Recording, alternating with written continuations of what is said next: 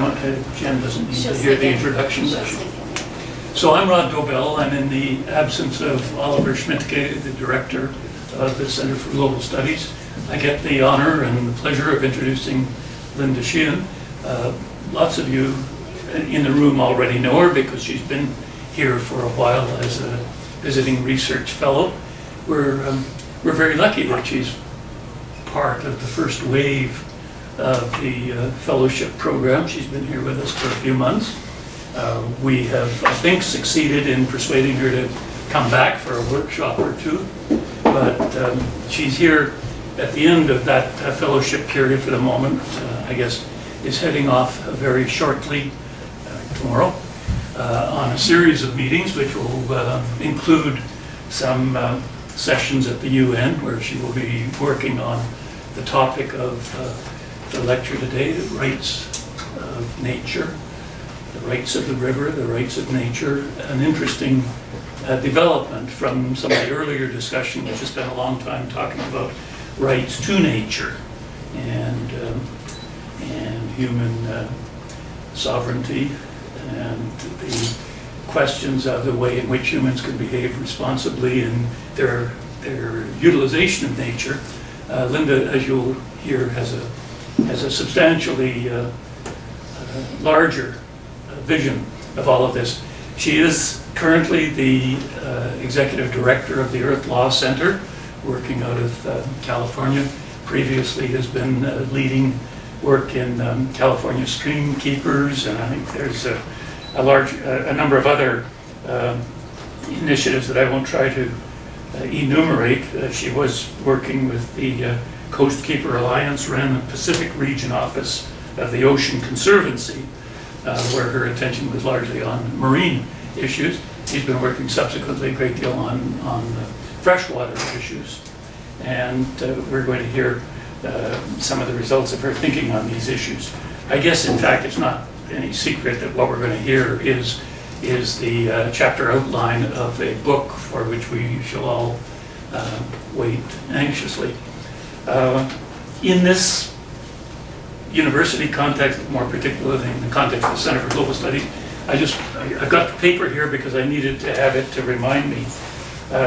Linda took a Bachelor of Science in Chemical Engineering from my old alma mater, MIT. She has a Master of Public Policy from the University of California at Berkeley. She has a JD from the University of California's Hall School of Law, and she is currently also teaching what I guess is the first of the courses in law schools on rights of nature, I guess at the Vermont Law School, which is going to be a course again this summer. So she brings a lot of background to this discussion, and we're happy to welcome her.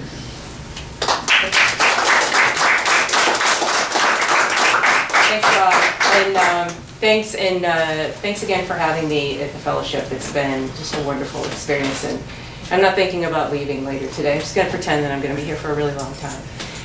So as Rod was saying, my experience has been for most of my career in advocating laws that are on the books right now. Your traditional kind of command and control type of environmental laws. And after doing that for many years and doing as much as I could with it, I started to realize that we were starting to win battles but lose the war.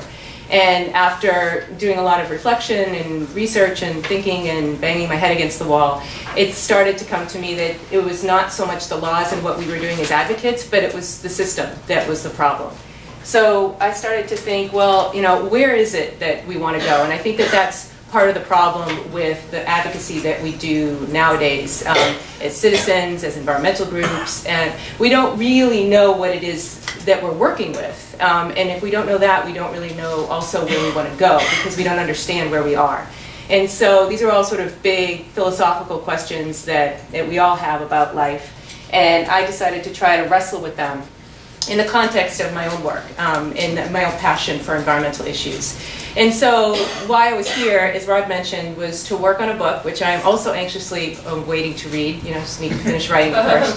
But the questions that I tried to grapple with in my own exploration of why the advocacy wasn't working and what is it that we could do better, all of these questions really had to dig deep in a lot of the assumptions that we make as citizens, as residents, as people of planet Earth, about why we're here and why we live here. And so just to give you a general quick overview of where I'd like to go today, and this is going to be a very quick run through the slides, and I will give them to anybody who wants later. Just give me your email and I'm happy to pass them on to you. So just kick back and relax when I start hitting the forward button quickly.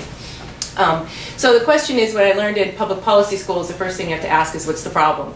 And it's amazing how many times we forget to ask that when we're trying to solve a problem. Well, what's the problem? And then, what are the criteria by which we are going to solve the problem? Which means, what is it we want? How do we know we're on the right path and when we've strayed? And what is it, I'm going to assume, as you'll see, that what we want is to be prosperous, to flourish, to thrive, to have well-being. And what does that mean in terms of how we want to move forward? And then after that, looking at why we're not prosperous right now, really digging into what it is about the system that we live in that is making us feel unhappy in a way that we really can't quite put our finger on sometimes. And then how do we achieve this type of prosperity that we're talking about? And I'm going to suggest, just to get to cut to the chase and get to the end first, that we need to be able to develop a rights of nature movement in order to start to build relationships with each other in the earth that will be healthy. And that type of advocacy is going to be hard. So how are we going to do that? So what's the problem? I don't think I need to tell this crowd some of the problems that we're facing. We're seeing many extinctions, more and more happening all the time, and this loss of biodiversity is going to harm all of us. And I have a picture of this particular rabbit because it's a New England cottontail, and it is potentially endangered in my home state of Massachusetts. And it was very important because it was part of a series of children's stories when I was little, and it was a big part of why I came to do what I'm doing now, and to see that it's endangered is a real harbinger of problems to come. And part of the anxiety that I feel, that a lot of us feel, is that time is ticking. Climate change, it's not that we have all the time in the world to have this fabulous movement. It took 100 years, for example, for women to get the right to vote in a rights-based movement, and that was pretty straightforward. Do we have 100 years? I don't know. It's pretty scary when the World Bank is the voice of environmental reason, but they're saying that we may have a 4°C increase by the 2060s, and that's going to take us into a realm that we've never seen before. We don't really know what's going to happen. And this is not prosperity. This is not well-being. And it's not just about what we do to the environment, it's what we're doing to ourselves. We have this idea that we can take action in the natural world, and it's not necessarily going to impact us. But we're seeing more and more that that's not the case. We're starting to build toxins in our bodies. We're starting to see the basic elements of life, water and food, be privatized, and something that we actually have to pay more and more for. GMO seeds are something that people have to buy, and you can't, in some countries like in India, you can't store seeds, and so you have to buy these poison seeds that you have to put Roundup pesticides on. You're seeing this more and more because it's all driven by the system that we live within, and not understanding that system, we may try to tweak things, but we're not going to solve the problem. So what is it we want? Again, we have to ask what's the problem, and how, if we're going to solve it, what are the criteria that we're going to use to know that we're on the right path, to nudge us back when we're starting to go astray. And so we need to be able to develop criteria that really dig at what the assumptions are that we're making, because I found personally, I can't speak for all of you, but I found personally that I was making assumptions without even knowing that I was making them. And a lot of environmental advocates, we do the same thing. You assume that, oh well, we have to have an economy, and it has to grow, and it always has to grow, or else something bad will happen, or else people will be upset and won't try to protect the environment. So we'll just go along with that, and we'll have environmental laws that will say, yeah, the economy will keep growing, but we'll slow it down a little bit and protect the environment by doing X, Y, and Z. So, we need to be able, again, trying to figure out this criteria, trying to figure out what we want to make sure we stay on the right path. Say we want to be prosperous. Prosperous has this connotation today about economics, and that economics is going to be able to save the world. It's going to bring wealth, money to each of us, and that will make us happy. And that's what prosperity is. And we just kind of assume prosperity comes with this idea of financial gain. But actually the root word of prosperity comes from Old Latin that talks about this idea of hope. And there was an ancient Roman goddess, not one of the big name goddesses, but she was a goddess that referred to hope as a way of expressing our intimate connections with the earth. This idea of flourishing fields and flourishing gardens. And that's where this idea of prosperity came from, was this prosperity of the earth that was bringing us fruitfulness and well-being. And we've lost that. We've lost that context. This idea of prosperity has come to sort of as naked economic assumption. And we've lost that, and we've gotten this perspective where, you know, blowing up, you know, rigs in the Gulf of Mexico and killing people and devastating the ecosystem can be forgotten a year later and just swept under the rug. So what, again, you know, what have people said? And these, again, are all things that, you know, I've been wrestling with, and I'm hoping that, you know, be able to share with you and hear with you later about your own sort of work and your own explorations. My explorations were with regard to this idea of prosperity and what does it mean. And philosophers, you know, this is something that people have been talking about for thousands of years. And I can't even begin to express, you know, that level of detail in a quick presentation. But Aristotle was talking about this idea of flourishing, about human prosperity. Eudaimonia was something that you would achieve prosperity, this idea of well-being, if you were virtuous and you acted in a virtuous way, but wisely. So if you were courageous, that's a good thing, that's a virtue, but you want to be wise about it. You don't want to go, you know, jump into a fight without really knowing what's going on. So this idea of achieving prosperity through virtuous action, rather than, you know, its opposite, hedonism, you know, just sort of pleasure for pleasure's sake, was something that he explored and the ancient Greek philosophers explored. And he talked about, Aristotle talked about this idea of community, and that you need to be able to act virtuously and wisely with respect to the well-being of your larger community in order to be able to have this well-being for yourself. It's not just about you, it's about the relationships. And this idea of relationship, we're going to see more and more. And spiritual traditions talk about this idea of relationship and how you need to be able to care for others in order to be able to have your own level of well-being. And we've seen it in all spiritual traditions, the golden rule, do unto others as you would have them do unto you. And this idea in Africa of Ubuntu, which is this concept of I am because you are. I exist and I am who I am because of the community and the people that I live with. And an Andean concept, indigenous people talk about uliwa, which is this idea of reciprocal nurturance. I nurture the earth nurtures me. It's this sort of back and forth relationship. And the idea of karma, too, in Eastern religions, is this idea that we have this sort of like, you know, faux idea of karma is something like, oh, if I do something bad, then, you know, something bad's going to happen to me, or that karma will get him. But the idea is more about relationships. Because of the fact that we're all interrelated, it's a natural result that what I do is going to come back to me. You can't escape it because we're all part of the same woven net.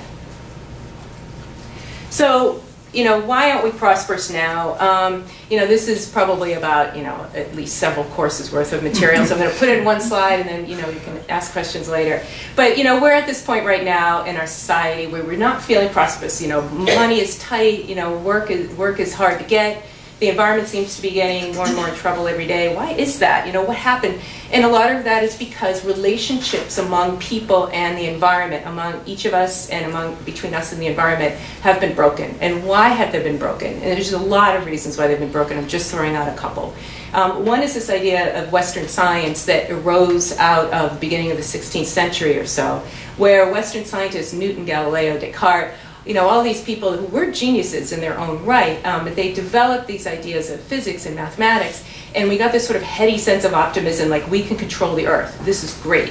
And the earth is just something we need to break down into little chunks and understand, and then we could put it all back together and we'll be controllers, we'll be conquerors, the way that we should be. And so we had this hubris that we could control the earth, but it created a further sense of separation because the earth just became a machine for us to manipulate.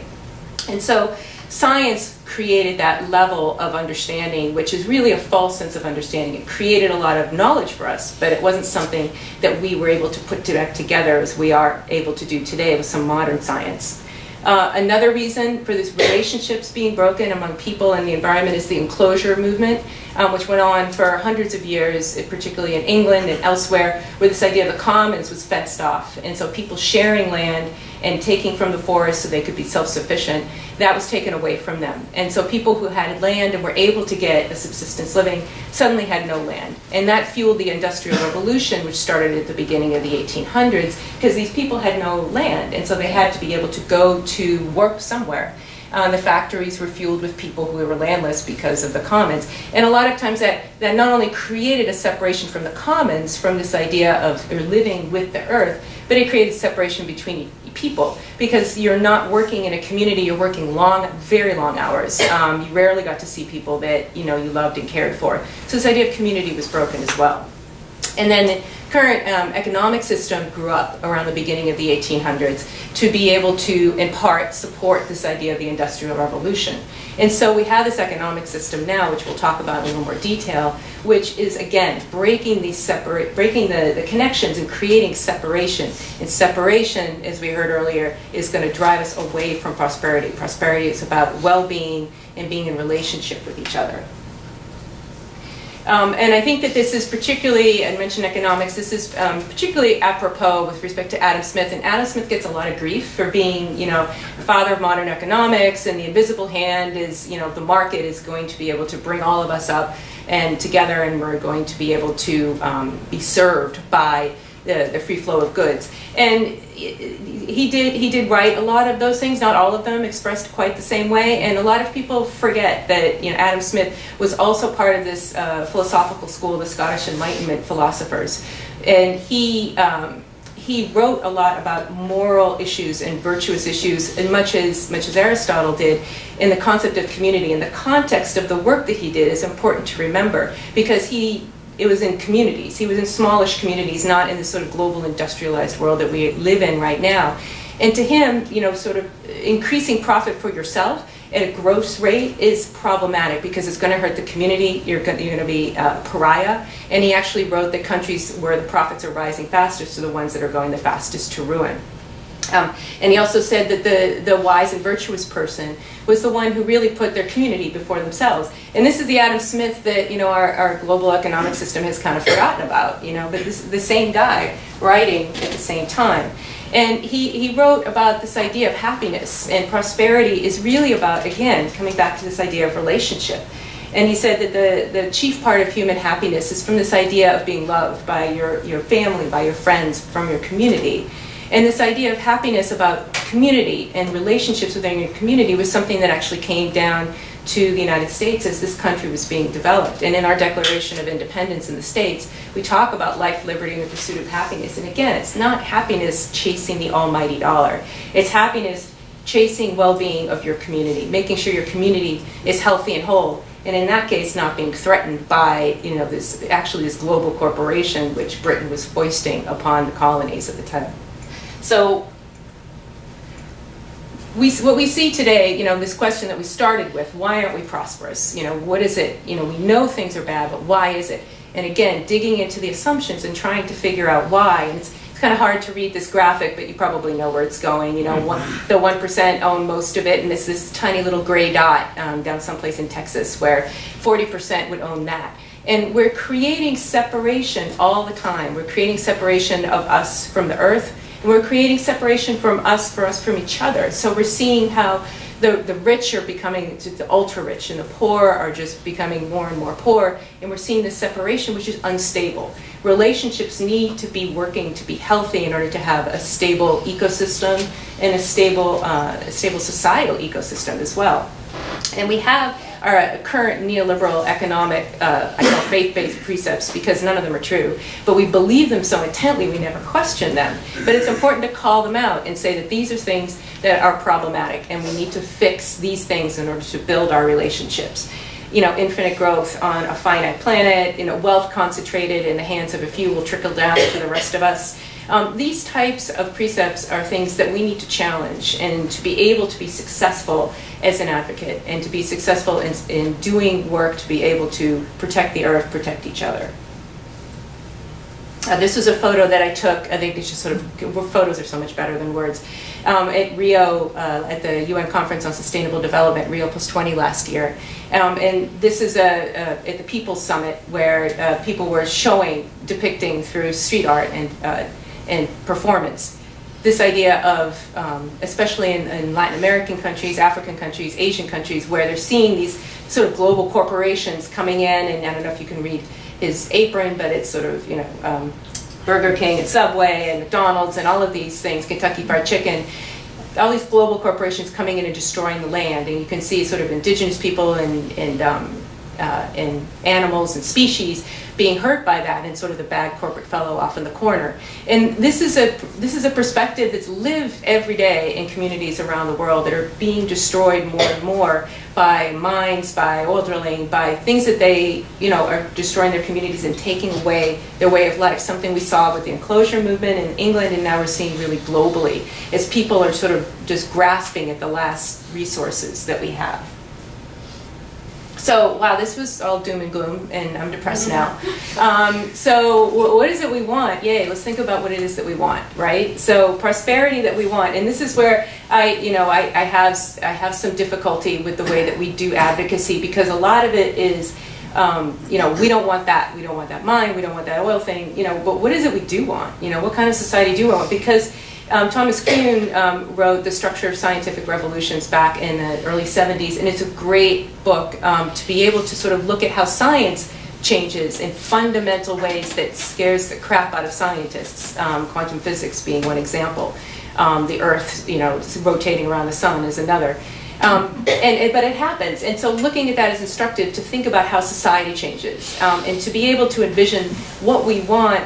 To be able to get there, you have to have something to replace it with. And so we need, if we want to change the system we have now, we need something to replace it with, and that was what Kuhn was writing about. And so prosperity, as we've been hearing, is this idea about relationship. And Aristotle and the Scottish philosophers, you know, they were thinking more about human communities. They weren't necessarily writing about the environment. But Aldo Leopold and other modern philosophers are talking, you know, sort of naturalists are talking more about how you have to extend that out. And Aldo Leopold wrote about the land ethic, and this idea that you cannot be able to have an ethic of a healthy society unless you extend that to the land and recognize our love of the land, our inherent love of the land, and extend our love for each other to the love of the land. So if this idea of prosperity is about relationship, and it's about ensuring that we have healthy relationships with each other, and recognizing that the system that we have creates broken relationships and separates us further and further apart, well, what kind of options do we do? What kind of advocacy do we do? As an advocate, you know, almost my whole career, I keep coming back to that question, and I hear more and more from people, what do we need to do? So there's, you know, inevitably there's always three choices, and so the first choice is always the one we don't want, and the last one is the one we do. So we'll just sort of run through them with that in mind. The first one is stay the course, keep doing what we're doing, keep assuming that, you know, we can get infinite growth on a finite planet. And that's what our existing economic system wants us to do. It's not this sort of evil overlord corporate entity sort of directing us. It's just a lot of assumptions that we make that we're not challenging, that we don't even realize we're making, but we can challenge them. But what's going to happen if we stay the course and keep things going is more of the same. More species extinctions, climate change accelerated further, you know, more hurricanes, more devastation like we saw with Hurricane Sandy, increasing wealth in the hands of the few. And this isn't prosperity, it's not even moral, it's just not right. And so what is it? What should we do instead? Okay, option two. We could redouble our efforts, and that's what a lot of advocates are doing. They say, well, we'll pass better laws, we'll get more money for enforcement, we'll get citizens more involved and give them more opportunities to weigh in, we'll get more green technology, and we'll be more efficient. And all of these things are good. All these things are good. It's not like we shouldn't do any of those things. But if we do those things without challenging this larger juggernaut, really, of a worldview that is pushing us more and more towards a cliff, we're going to fail. It has to be something bigger than that. Because if we keep assuming that that's what we want, this is what we're going to get. We're going to get more water privatization. Water, the element of life, treated as something that you can buy and sell on the market. And us assuming that that's a good thing, and that will create efficiency, and that will go to the highest and greatest use if we buy and sell it. And that's where we're headed. So unless we challenge these types of assumptions, we will fail. And you know, I've been doing advocacy for a while, and I can tell you we will fail. So what I would say in the alternative, in developing this world that we want, and developing ways to act that are different, is to change our vision. We've got a really limited vision. I was so happy to see this sign. We've got a really limited vision, and we need to be able to open ourselves to other ideas, no matter how much they seem at odds with our current worldview. What we're doing right now is we're trying to change the levers of the system, how things work, sort of change the machinations of the system that we live within. But that's not what we need to do. We need to look at the design. We need to look at the assumptions. We need to look at how the system is built to work. And to be able to recognize, in particular, that the way the system is this idea of, economics is something we all have to serve. We use these terms like natural resources and human resources, and that's what the natural world is. I mean, all of you work in environmental fields or volunteer or have some activity with it, and to try to talk about it without saying natural resources is hard. I mean, we're captured by that type of language, and it colonizes our thinking. So we need to start to recognize that and change our language and change how we express. Because what we do when we say that is we reinforce this idea that the economics is here, the economy is here, and that people are here, and the environment's here, and the environment serves people, which serves up into the economy, and that's what needs to keep running. But that's just false. I mean, it's literally false, because we're all, each of us, part of a larger planet. So the planet really, the ecosystems we live within comes first. We live within that, and the economy is just something we made up. The current economic system, the way that it's laid out, was developed in the early 1800s. It's a couple hundred years ago. We can create something different, but we need to recognize environment, people, economics, and the economy needs to serve us. We are not fodder for the economy. So option 3, and this little picture here was one that I took at an elementary school in Beijing when I was there. And if you notice in the little corner, there's the sun, where the kids always put the sun, except it's not yellow, it's red. Every single photo, every single picture in the window that the little kids had colored had a red sign, a red sun, because the sun there is consistently red because of the air pollution. That yellow sun is just not something, these are 5-year-olds who are thinking the sun is red. And that's not where we want to go. So what do we want? And that's where we need to have a system, like Kuhn was saying, to replace the existing system, to redefine what prosperity is for us. We need to change the worldview, change the assumptions, stop messing with the levers, and say out loud, this is not what we want. We want something different. So we need to change the worldview from this idea that we got from sort of Western science that we can control, we're the controller, we're the overlords. And really what we are is an Earth citizen. We're just citizens of the Earth. So change that. And this idea of sustainable development in the green economy, Michael McGonigal has this great way of saying that that's an adjective-noun problem. The focus is on the economy. The focus is on development. And this idea of green and sustainable, they're just tangents. They're just something that is thrown off to the side to be able to keep having development, to keep having economy. So what would we say instead if we were starting to decolonize the way that we think? We'd say something, and there are many ways to express it, but you could say things like thriving communities, where the noun is the community, then the community is us and the environment, and the adjective is thriving, flourishing. That's what we want, and we want to build these relationships. Thriving relationships would be another way of expressing it. Gross domestic product is an economic term that we always look at to know whether we're doing well. Our GDP is up, hooray.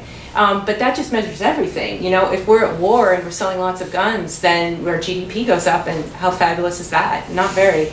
So Bhutan has come up with the idea of gross national happiness, which is another way of expressing how well you're doing. And there are many people who have started to look at alternative measures of GDP as a way of expressing how society is doing overall, whether it's prosperous without just focusing on economic measures.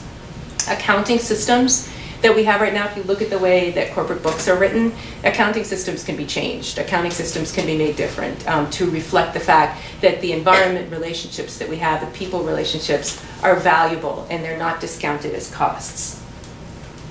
So how do we get there?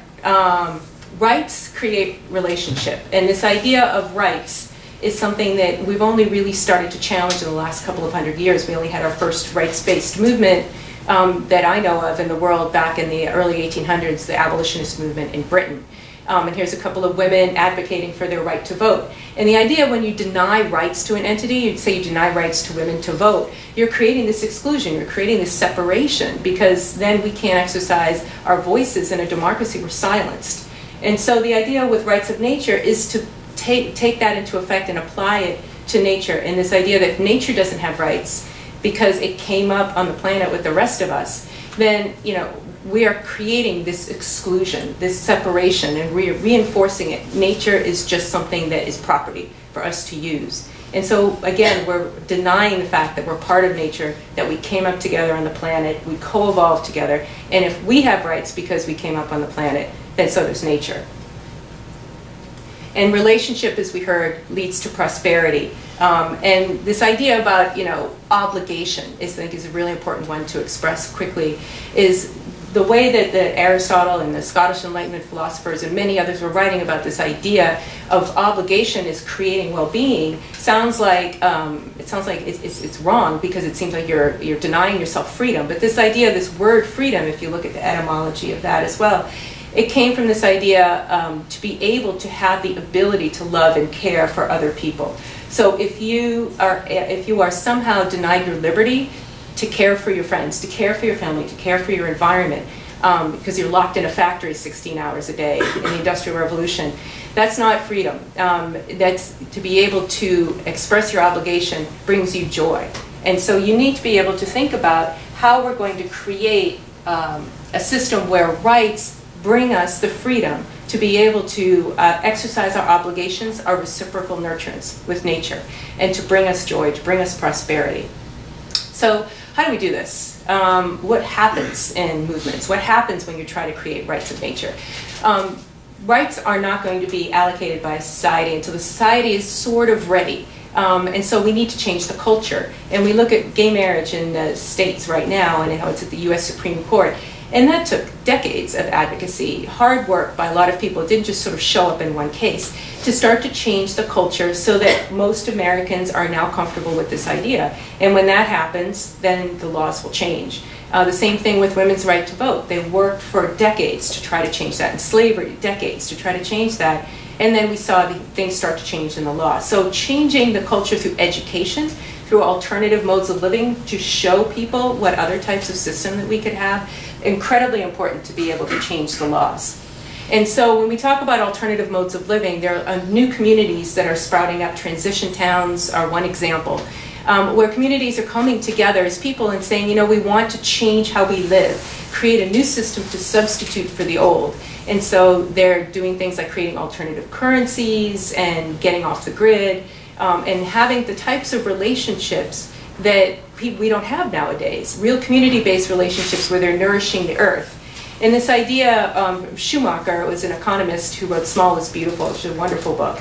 And he said that the only logical economic system is to live in concert with your local environment, to live with the land, to live in a way, live small, and to understand how you're living on a day-to-day basis, and know where your food comes from, and know where your wastes go. Because if you don't know that, then you're creating, again, more separation. You want to build the relationship, and these types of communities are a great way to do it.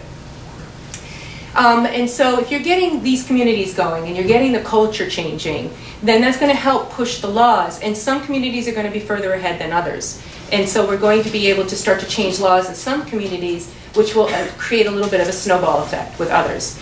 And then once the laws start to change, then it captures the people who may not have agreed before, but start to follow the law and see, oh, you know what, this is better. Giving rights to women to vote, maybe I didn't like that before, but you know, they seem to be making good decisions. So let's go along with that and build these types of relationships. Christopher Stone wrote Should Trees Have Standing back in 1972, and he outlined, well, what do rights look like for nature? What the heck are we talking about? And he said several things that as advocates, as attorneys, as citizens, we need to think about when we talk about rights of nature.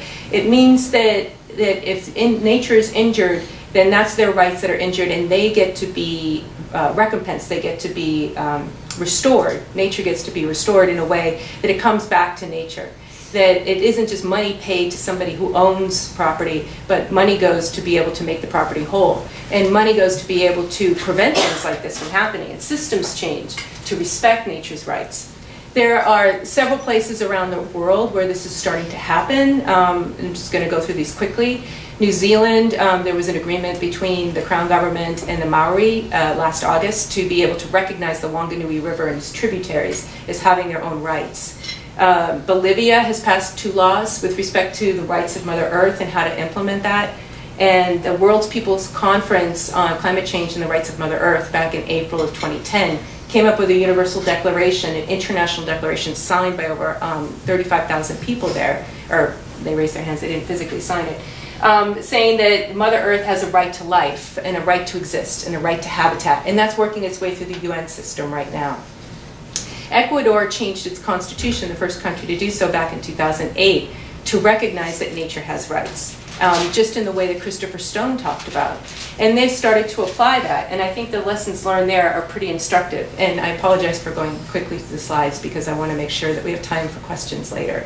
So, and again, you'll get a copy of this. So, in brief, there was a court case last year, the first time that this constitutional provision was applied, and the judge found in favor of the river, which had been injured by some road building activities, and said the river's right to flow, its constitutional right to flow, has been injured and it needs full restoration, which is great. We were really happy about that. Fast forward to a couple weeks ago, there's a massive mine that's being built in one of the most pristine biological areas in the world in Ecuador. It's being proposed. And advocates, friends of mine, had challenged it in court, and my organization wrote an amicus brief, a friend of the court brief, to support that. And unfortunately, a couple weeks ago, the lower court judge said, no, this is something that's good for the country, it's good for the people, and I'm sure that the government agencies will do a good job overseeing it. And I can't tell you how devastating this mine will be. Species will go extinct, waterways will be destroyed forever. It's a real, if anything was built for the constitutional provision to protect the rights of nature, it would be this. So why? Why did this lower court decision happen? Again, it gets back to this idea that we have to recognize the rights of nature, but not in isolation. We have to change the system that we live within. And we have to recognize that that system as a whole, this juggernaut, is going to consume natural resources. I just did it, quarter in the jar. To be able to change rights of nature, to recognize rights of nature, we have to take away the rights that the economic system thinks it has. And we need to do that by, again, building an economic system that recognizes relationships. And Donella Meadows was a wonderful, incredible person, a scientist at MIT who developed systems theory with some other folks there. And she wrote that the ultimate goal of a system, a living system, is to protect itself and to isolate itself from danger. And that's what this economic system is doing. It's not maximizing profits for the people or to even give wealth to ever more wealthy people, but it's to make itself bigger and stronger and bigger and stronger. And that's what its goal is. And we need to be able to recognize that we invented this system and that we can invent something else, something that builds true prosperity among people and with the environment. And communities across the United States are starting to pass bylaws, ordinances there, bylaws here, that try to do this, to try to do both things, to recognize the rights of nature and to say that corporations who want to come in to a community and do these types of things, drill, mine, hydrofrack, take groundwater and bottle it, when the community doesn't want it and will destroy the community, they're saying no in these bylaws. They're saying we don't want that. Our nature has rights, and corporations don't have a right to do this in our community. So they're attacking the economic system as well. The biggest city to do this so far was Pittsburgh, Pennsylvania. And you can see a lot of the language from the Ecuador Constitution is reflected in here. And they said that waterways have a right to thrive and be healthy. And they also said corporations don't have a right to hydrofrack. And in Pennsylvania, where this ordinance was passed, a lot of communities are starting to pass ordinances in the hope to change the state's constitution and reflect this language there. And in Vermont, I've been working with some folks there to be able to create resolutions at the local level to ask the legislature to amend Vermont's constitution. Vermont's a much more progressive state than Pennsylvania. It's a little easier to do it there. And they're addressing the corporate issue more directly. Their legislature has already passed a resolution saying that the Congress and the country should amend the Constitution to say that corporations don't have these types of powers to control us. And yesterday, last night, I've been working on a bylaw in Santa Monica, California, which is a different model. These other communities had something bad coming in, mines, you know, oil and gas drilling, these types of things. But in Santa Monica, they didn't really have that. They had a sustainable city plan that they wanted to protect. After Citizens United, the Supreme Court decision that granted corporate powers in the states, they wanted to protect their sustainable city plan. They wanted to protect their sustainability goals. So I've been working with them for the last couple of years to draft a bylaw that has rights of nature in it, that recognizes the right to people to a healthy environment, and says that corporations don't have the right to be able to tell citizens how to live in their community. And you can see some of the language here that they pass, that citizens have a right to clean air and to clean water, and the right to healthy food systems that come locally. And there are some enforcement provisions in here too. And so this is an incredible model for communities, again, to start to create something new, something where we say, this is prosperous, this is how to live in a prosperous way. We're going to do that.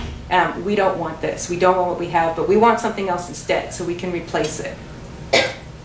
So what can we do here in British Columbia? What are the options? And so I was working on Santa Monica. I was kind of curious, what could we do in Canada to be able to apply some of these concepts? The Charter of Rights and Freedoms has some language in Section 7 that talks about right to life, liberty, and security of the person. And there are some people who are bringing lawsuits to try to get in there this idea of human right to a healthy environment. And there's one case that's wending its way up the courts right now that may be that case because it's an incredibly polluted area. But that's going to take a while. It's going to be a few more years before something comes out of that. And there have been several cases so far where this has been tested and they've failed. But it's still possible that this might go forward. The courts have left some room. The Constitution Act has a provision that says that the provinces, and I'm sure most of you know this already, the provinces have the ability to make law for the municipalities and decide what types of bylaws municipalities can pass and what types they can't, and how citizens can become involved. So that's a little more circumscribed than what you can do in the states. The municipalities tend to have a little more power, not necessarily always. But the provincial law here in BC allows municipalities to pass laws, to pass bylaws addressing waterway pollution and waterway flow in what I think is a really broad way. And you can see the language up here. And the idea would be to pass a bylaw where you articulate the rights of waterways, as Pittsburgh did, as these other communities have done, the rights of waterways to be clean and to flow, and to be able to take that language and then apply additional, more specific language with respect to some other thing that might be coming in that the community might not want, such as a mine, etc. And we've seen a number of things, such things, that we've heard a lot about: Northern Gateway, Kinder Morgan, the mines Raven up in Comox, and Ajax more in the interior. I mean, these are just examples of the types of projects that are coming through. They impact waterways, many of them. And so is there an opportunity for a municipality to pass a bylaw to say, you know what, if you've got an oil pipeline coming through, our waterways have a right to be clean, and this is not going to come through unless you can absolutely 100% assure us that nothing will ever happen, which of course they cannot do. But the idea would be to start to try to use that, and certainly there are ways to be able to get at it in places like Comox, which I'll show you in just a second, which has much more direct impacts to local waterways. But there are a lot of opportunities, I think, for municipalities to start to look at this. So waterways are one area where municipalities can pass bylaws. Nuisance certainly is another. And this is, again, without provincial approval. I didn't even look at things that required provincial approval. Another way is through public health, and to be able to pass a bylaw that protects the public health in some way. There was a bylaw passed that was court tested and won on a cosmetic application of pesticides, saying that in this particular town the citizens couldn't cosmetically, to make their yards look better, apply pesticides because it was a public health issue. It was something that the city wanted to protect its waterways from, etc.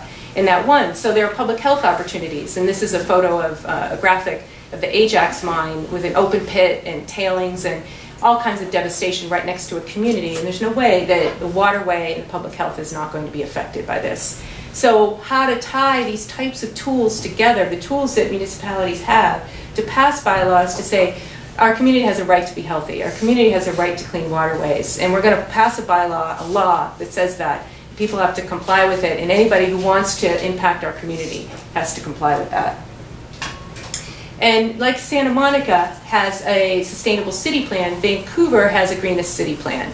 And there's ways to be able to pass bylaws as they did in Santa Monica, again, to start to create this new vision. So it's not just about saying what you don't want. I don't want this mine, etc. But what you do want. I want a sustainable city. I want to get my greenhouse gas emissions down. I want to get my ecological footprint down. I want healthy food grown locally, healthy organic food grown locally. And I want to be able to articulate that perhaps in a bylaw that says I'm protecting public health, to be able to exclude types of food that might be a problem. Or protect your waterways. So in Vancouver, the Greenest City Plan has drinking water targets. Protect those drinking water targets with a rights of waterway provision that protects the watersheds around Vancouver, which have been logged heavily. So protected from further logging. There are so many opportunities to be able to think about how to use bylaws to be able to advance a new type of society. And then finally, I'd mentioned the Raven coal mine, because it gets back to this idea of advocacy again. And they've got a coal mine proposed there that will directly impact local waterways, so there's opportunity potentially for a bylaw along those lines. It will certainly impact public health. Perhaps there's a bylaw opportunity there as well. But it's immediate. This is happening right now. There's an environmental impact document that's coming out this month, and then people have 50 days to look at that, and the minister may make a decision by this fall. And there are a lot of citizens doing this work and commenting and showing up at hearings and looking at this environmental document. But it's really important as advocates to not get yourself boxed in to these processes that other people dictate for you. And this is something that I see over and over in the States more and more in my career as an environmental advocate. I see really good, dedicated people locking themselves into these processes that have been set up to keep them in a box. And we need to say, know what, these are our communities, this is our planet, this is our larger Earth community, and we need to be able to decide how we're going to advocate. So sure, advocate on this environmental process, but also step back and say, what are my other options? How can I use this to be able to, how can I use this tool, like a municipal bylaw and other tools, to be able to protect our waterways and our health? So action plan, again, just sort of summing up, we need to be able to, what we're trying to do is we're trying to guide the evolution of culture, so we can guide law, so we can guide culture. It all feeds back onto each other over and over. And how do we do that? What's our focus? What's our criteria? This idea of relationship-based prosperity. Prosperity is not something that's all about us. It's about taking care of others and having that reverberate back on yourself. And that's where the real joy and prosperity come from. And how can we do that in this particular instance? How can we achieve that? It's by taking on these separations, these breakages that we've seen in the relationships between each other and the environment, by creating rights for nature, and to be able to recognize that nature has rights in a way that we can have a relationship, a true relationship, not a master-servant relationship, but a true one-on-one relationship with nature. And this movement has to include, it's not just about rights of nature, as we saw in Ecuador, it has to include breaking down this idea of the economy as something that has rights, and corporations that having rights. And we need to recognize the economy has to serve us. And so what do we do? And to go back to Donella Meadows again, and she said it's a very simple thing. You just have to keep doing this over and over. You have to point at the failures. You have to say, this is loudly and from a mountaintop, this is what the problem is. The economy needs to serve us. Nature needs to have rights. We need to be able to build relationships and communities that recognize these types of relationships that help each other. And we need to keep coming from that place ourselves. We have to walk the walk. We have to live lightly on the earth. We have to try to build communities like transition towns, where people are starting to grow their food locally, and to help each other and to build things that will create sort of a community that recognizes that they live as citizens in this larger earth. And we need to, play politics. We live in this world. We need to be able to elect leaders and really work the electoral system to be able to get leaders that represent our views, so that they can help change the laws and change what we're doing as a society. And then we have to be able to use those leaders and use our voices in order to change laws, to change culture, which will change laws, and then keep going. And it's not something that's going to be short. It's going to be a long haul movement. We have a clock that's ticking with climate change and with species extinction, so we need to start right now, but we need to keep in mind that we can't get discouraged because, as Donella Meadows was saying, systems resist changes to their paradigms, changes to their assumptions, their design, harder than they resist anything else. And this is not going to be easy, but it's something that's essential. It's something that's truthful, and that was how I came to this work today, was to go through all of this and to be able to articulate to myself that this is the most truthful way to go. And it's the only path, I think, that will get us to this level of prosperity where we're able to take a photo of a sleeping fox and be able to look at that later and to remember and to feel the connection with nature that we really have lost. Thank you.